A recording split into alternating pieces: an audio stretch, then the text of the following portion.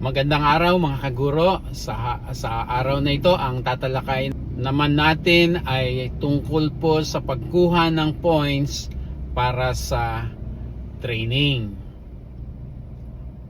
Narito po ang increment level para sa training.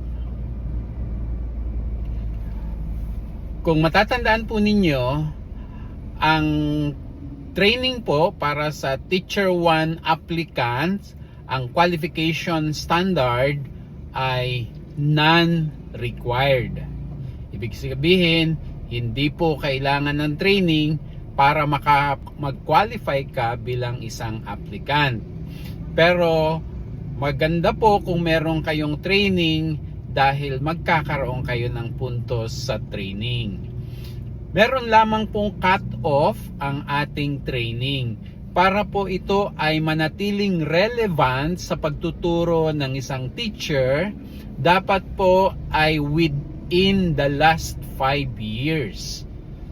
Take note po, within the last 5 years. So kung 2025 ngayon, ang training po na ginawa noong 2020 ay hindi na po valid. Tandaan nyo po yan. Ngayon, okay, base po doon sa nakita natin kanina na increment level ay 0 training ay nakalagay sa increment level 1. Samantalang ang 80 hours,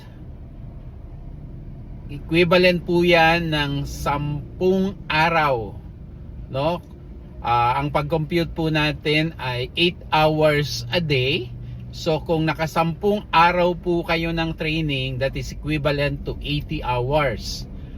Ang 80 hours ay nasa increment level 11. Minus 1 na increment level 1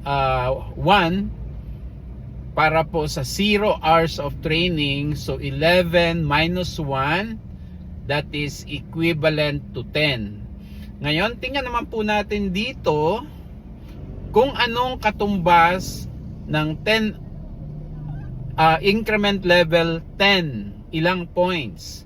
Makikita natin dito na ang increment level na 10 o ang difference na 10 para sa increment level ay may equivalent na 10 points. Sa makatuwid po, kung magkakaroon kayo ng 80 hours o 10 araw na training, ay maximize na po ninyo ang inyong points para sa training na 10 points. Yun po ang maximum natin base po sa table of points para sa RQA.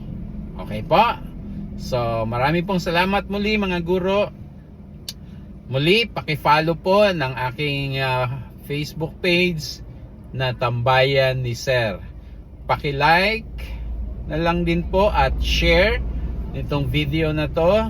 Pwede rin po ninyo akong i-follow sa Instagram account, TikTok account at YouTube channel ko na Tambayan ni Sir. Muli, magandang araw mga kaguro.